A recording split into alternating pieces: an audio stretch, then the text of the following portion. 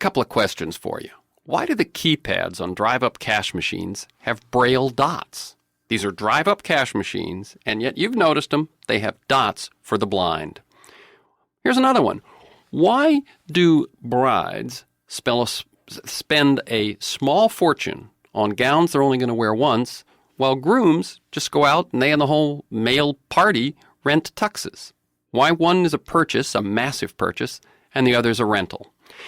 For decades, economist Robert Frank has been asking his economics students at Cornell University to pose and answer questions like these as a way of learning how economic principles actually operate in the real world, which they do, everywhere, all the time.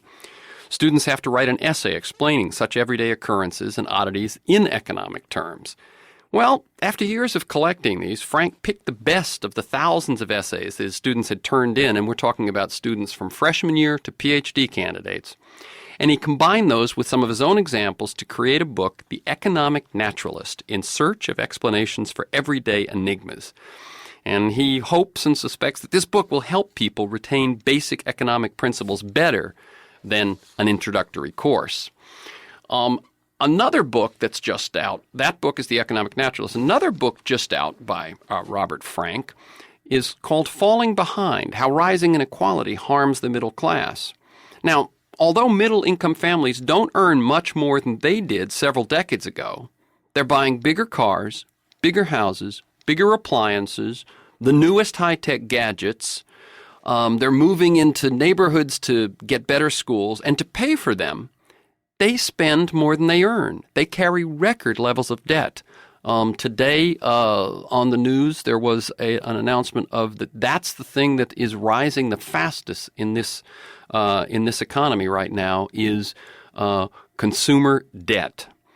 So in the book Falling Behind, Robert Frank explores the very meaning of happiness and prosperity in America today and explains how increased concentrations of income and wealth at the top of the economic pyramid have set off kind of trickle-down expenditures for the less well-off and thus putting themselves, as I said, into enormous debt.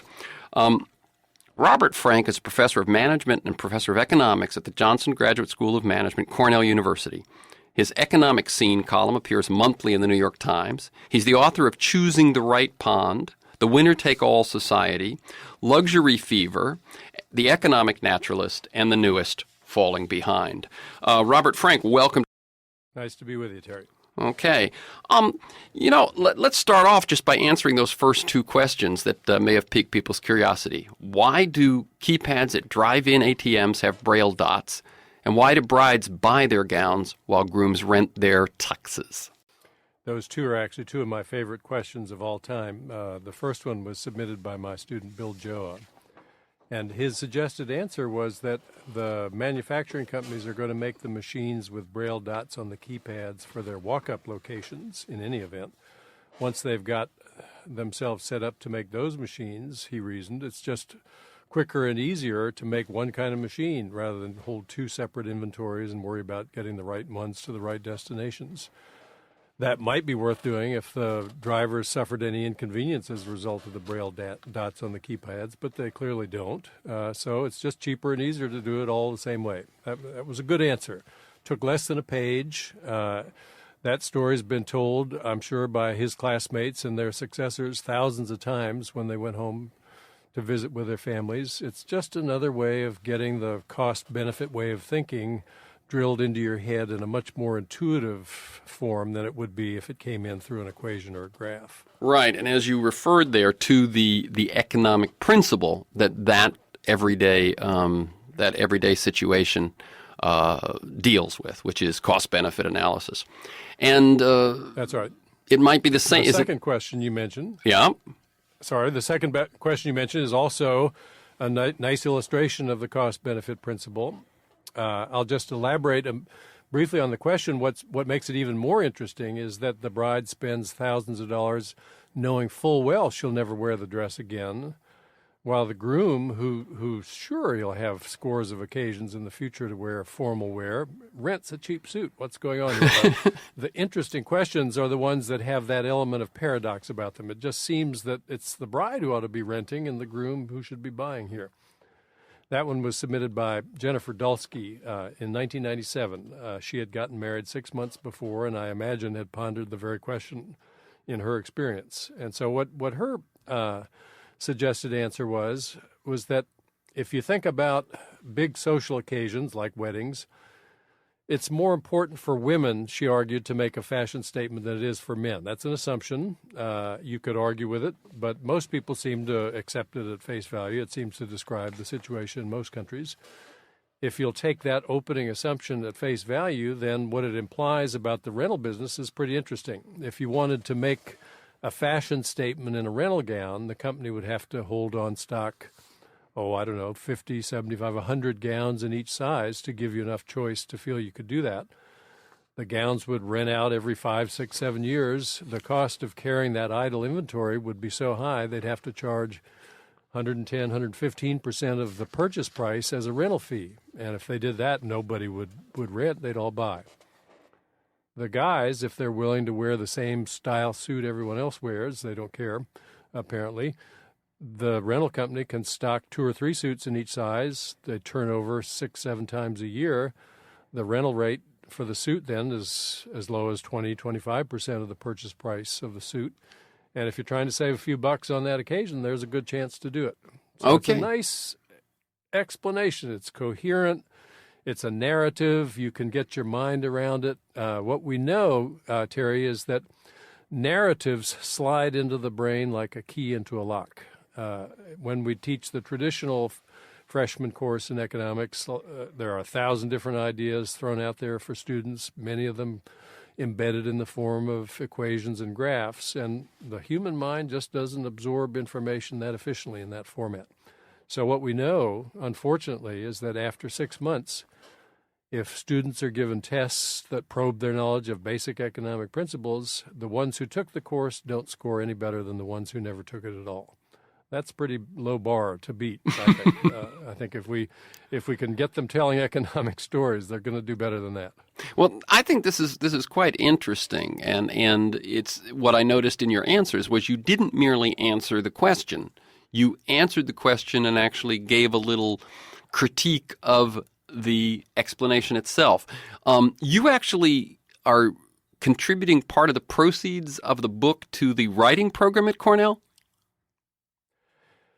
This writing assignment that I've given my students for the last 15 years or so grew out of a program I participated in the early 80s. It was the Knight Institute's sponsored program at Cornell for writing in the disciplines. Their belief was that the best way to learn about an idea is to write about it, so that the only writing courses shouldn't be the freshman writing seminar, the English courses that you take, but you should actually write about the ideas you're trying to learn in the disciplines. And so they gave me a teaching assistant to help with the grading, and I assigned 20-page papers, which once I lost my TA began to shrink in size.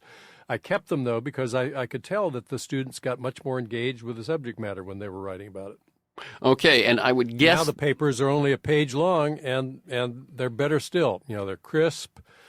They think about an interesting question. I insist to them that I don't want to read the answer to their question if the question itself isn't interesting. So they've got to think about a lot of things they're looking at when they walk around in the world to come up with an interesting question. And then once they've done that, though, they're on their way. They'll put a lot of energy into coming up with an economically plausible account for what's going on in this seeming paradox. And the results are they've got things to talk about with friends and family and argue about, and each time they tell the story, it just gets a little bit more firm in their mind, the underlying principle. Right. Now, you mentioned the research that was done on conventional economic teaching and the lack of retention. How about have you tested the retention based on this use of narrative?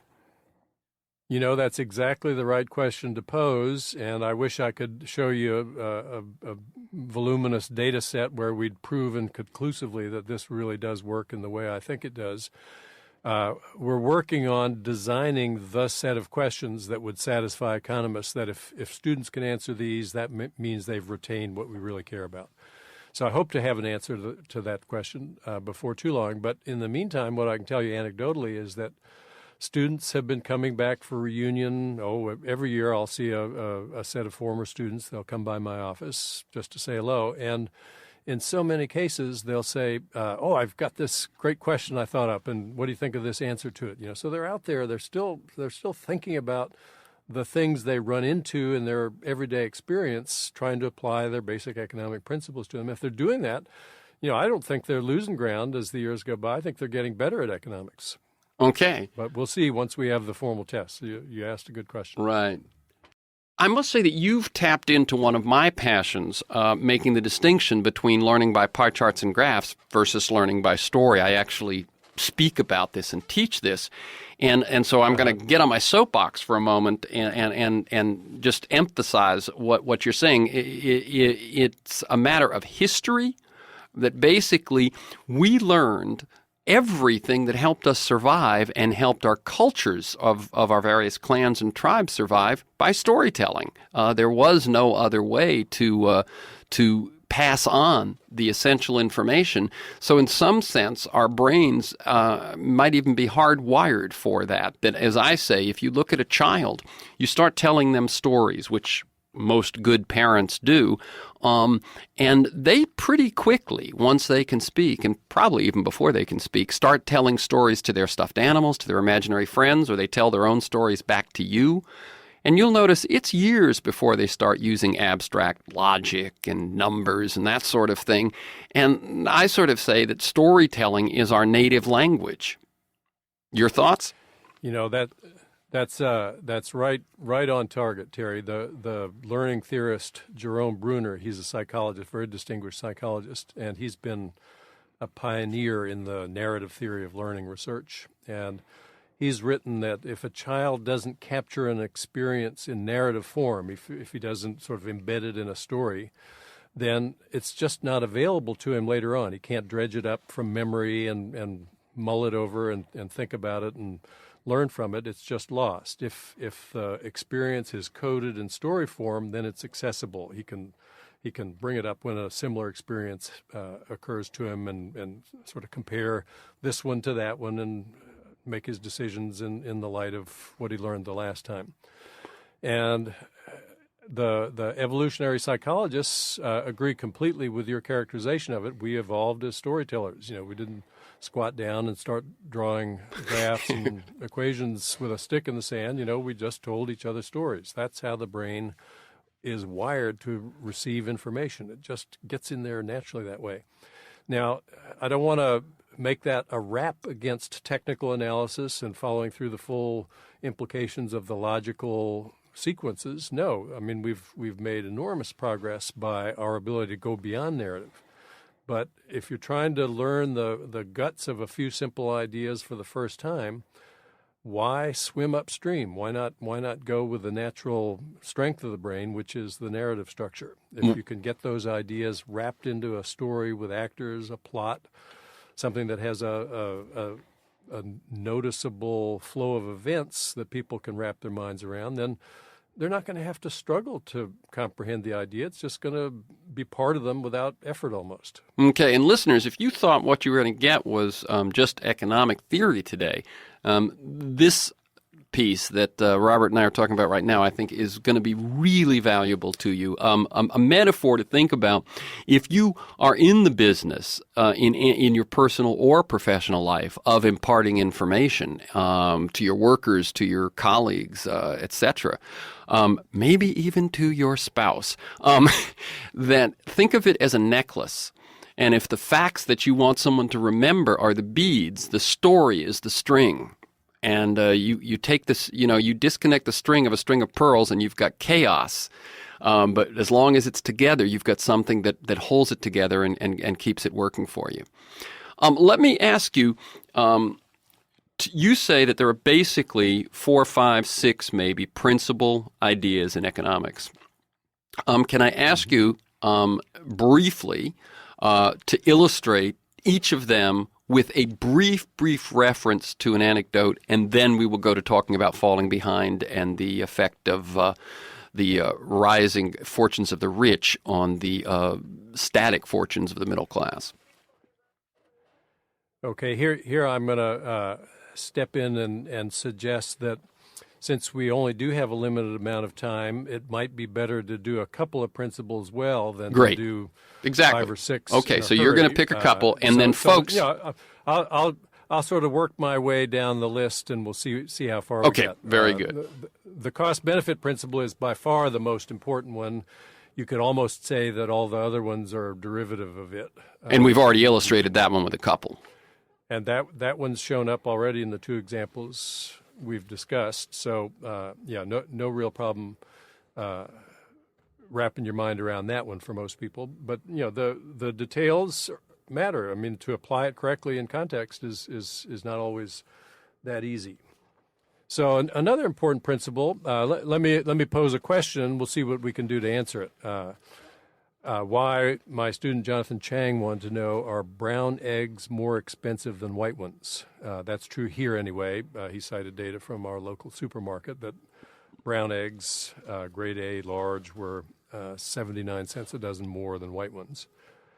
And that's interesting, and typically economists use the supply and demand model to try and answer questions about why things cost what they do.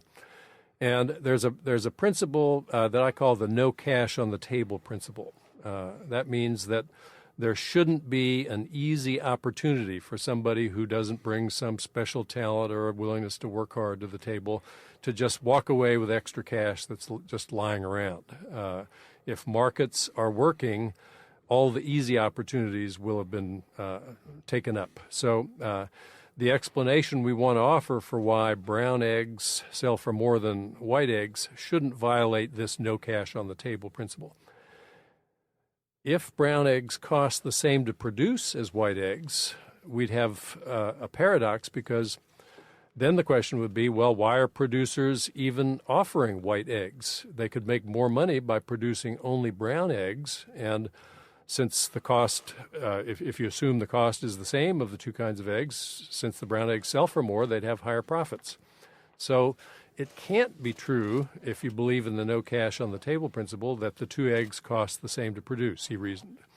And so he did some digging and found that, sure enough, the eggs laid by hens that have brown shells are typically laid by bigger hens than the hens that lay white eggs. The bigger hens eat more. It costs the poultry farmers more to produce each egg, therefore, and so the cost of production of brown eggs is higher. Well, then the question is, why do consumers pay extra for brown eggs if they taste the same and have the same nutritional content? And there's no ready answer, but unless consumers were willing to pay more, the 2 eggs couldn't sell for different colors because consumers would buy only white eggs in this case. Some consumers must think brown eggs are better. Maybe they're wrong, or maybe they just like the looks of brown eggs. I'm embarrassed to say we buy brown eggs. So I feel like I know enough to think, hey, what am I getting here? I'm not getting a premium product. Why am I paying extra? I think my wife likes the look of the brown eggs.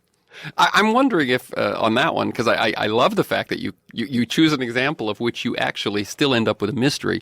But maybe part of it is the very fact that there are less of them because, and they cost more, make people think there's something to it. Yeah, maybe the mere fact that they're more expensive makes people think they're getting a premium product. But in fact, they are kind of pretty, and nobody balks when somebody's willing to pay more for a hotel room with a nice view than for a room on the other side that looks out at the alleyway. So if you think they're prettier, that's fine if you're willing to pay more for them. Right, and my guess is they also have a core that people assume. This would be my guess, that people assume they're more natural.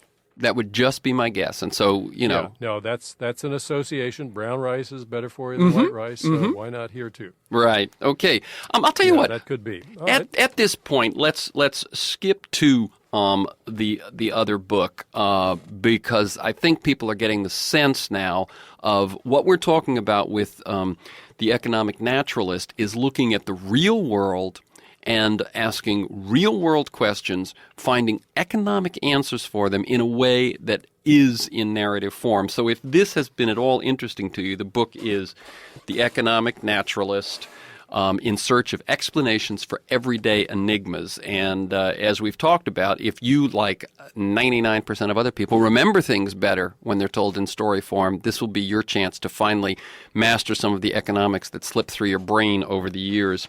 Now, falling behind, it seems to me, is an interesting analysis of a phenomenon that has been taking place in the U.S. over the last few years, really coming to sharp relief as the top 1%, top 5%, top 10% seem to be getting enormous gains, economic gains, in both salaries and wealth, while the middle class, the working class, seem to be making occasionally minor increases and then falling back and so on, almost a static line for the last few years.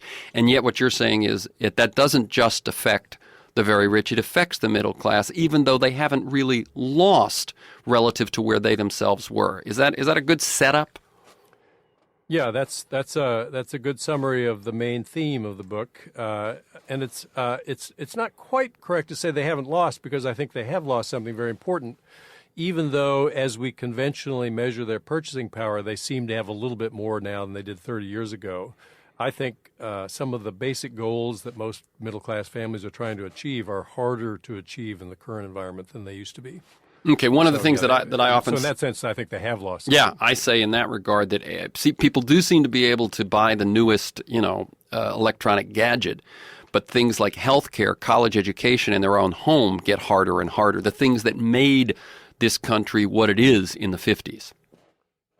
That's right. And so, yeah, if you're a parent, your main concern is you want your kids to get a good start. You want to make sure you buy a house in a safe neighborhood with good schools. The cost of doing that relative to your income is vastly higher now than it was 30 years ago. And in the book, I argue that the primary reason for that is that the real gains in income have occurred almost exclusively at the very top of the income ladder. You mentioned the top 1 to the top 10, the top 20%. If you go beyond the top 20%, you don't see much in the way of significant gains. But the really important story is that the big gains have not been in the top 1%, but in the top 1/10 of 1%. And even higher up, we see more spectacular gains. It's been a real pyramiding of income and wealth the last 30 years. I know, and one of the things that often when one looks at economic numbers in the press and so on, very often everything is aggregated. So, when they say incomes have increased, when they say wealth has increased, when they say the GDP has increased, it's just these huge numbers that... It's the average. Exactly. Yeah. But that doesn't tell you what's happened to the guy in the middle. The median family earns about the same as it did 30 years ago. A little bit more, but not much more. Yeah, the statistic I often say, let me ask you this, Robert. The statistic I often say, and correct me if I'm wrong, was that real earnings for Americans rose steadily from World War II to 1973, and basically 73 to 2007, which now puts us at a lot of years, that increase has been minor, if at all. That's right. Yeah, you've nailed it. It was 3% a year for everybody, rich, poor, middle alike. In the post-war years, those 3 decades were a good, high-growth, even growth period. Since the early 70s, probably maybe even a few years before that it started, virtually all the significant gains have gone to the top. And so that's had practical consequences for people in the middle. Right. So if I give you like 2 minutes to really tell us the key important things that you want people to get out of falling behind, what would those be? Well, I'd say, first of all, don't get angry at the rich for buying lavish things. Everybody in every circle has a different frame of reference. I was a Peace Corps volunteer in Nepal, and I lived in a house that people would be ashamed to live in here. I thought it was a great house when I was living in Nepal. if people in Nepal could see my house here, which is not an elaborate house by American standards by any means, they would think I'd totally lost my senses. Why would anyone need such a house, they'd say. So spending is very local. Standards are local. So the rich have more money. Of course, they're buying bigger mansions. That's just what people do when they get more money. They buy bigger and better. The people in the middle aren't angry about that. They think they'll be rich or hope they'll be rich someday, so they like to see pictures of the mansions. The people just below the top, though, are influenced by the bigger mansions. Now, it might be somebody just below the top wanted to build 40,000 square feet himself, but was embarrassed to do it. Now, somebody richer built 70,000 square feet. He's free to build his 40,000 square foot house and won't even attract any complaints from it. Or it may be that the richest people now have such big houses, they've started having their daughters' wedding receptions in the home. And now we need to be able to do that too because we travel in the same circle. We need to build bigger. And then there's a layer just below us, and they need to build bigger. Now the median home is about a third bigger than it was in 1980. And there's been no gain in income. Why has it gotten bigger? The simplest hypothesis is that it's because of that cascade of expenditures launched in the first instance by spending at the top. And Okay. the rub for the median family is they can't afford the median house any longer, and that's the house you need to buy if you want your kids to go to at least average quality schools. So you either go into debt, take your savings down to nothing, commute longer distances, work longer hours, all these margins people are working to try to make basic ends meet to achieve the goal that every family wants to achieve, get your kids into a decent school. Okay. Having used that big example of housing and schools and so on, I think you can get the sense of what we're talking about here. And I'm just going to make one statement, and then I've got to close, and I just want your agreement with this. It struck me as we were talking that if credit cards and the huge credit industry had not come along in these 30 years when wages for the middle and working classes have stayed static, we might have had a lot more social unrest in this country. You know, I think the ability to borrow sometimes forces you to borrow. So I think if you're trying to keep up and others are spending more and they're spending more because they can borrow, that puts pressure on you to do likewise. And so you don't notice. Every time there was I think if there hadn't been that ready access to credit, we'd have actually been better off. That's what I'm saying, is that you don't notice it quite the same, and that both those things have moved in parallel. So again, the books are The Economic Naturalist and Falling Behind. The website is robert-h-frank.com. Robert Frank, keep up the good and interesting work. Thanks, Terry. Okay. Look forward to talking to you again. Great.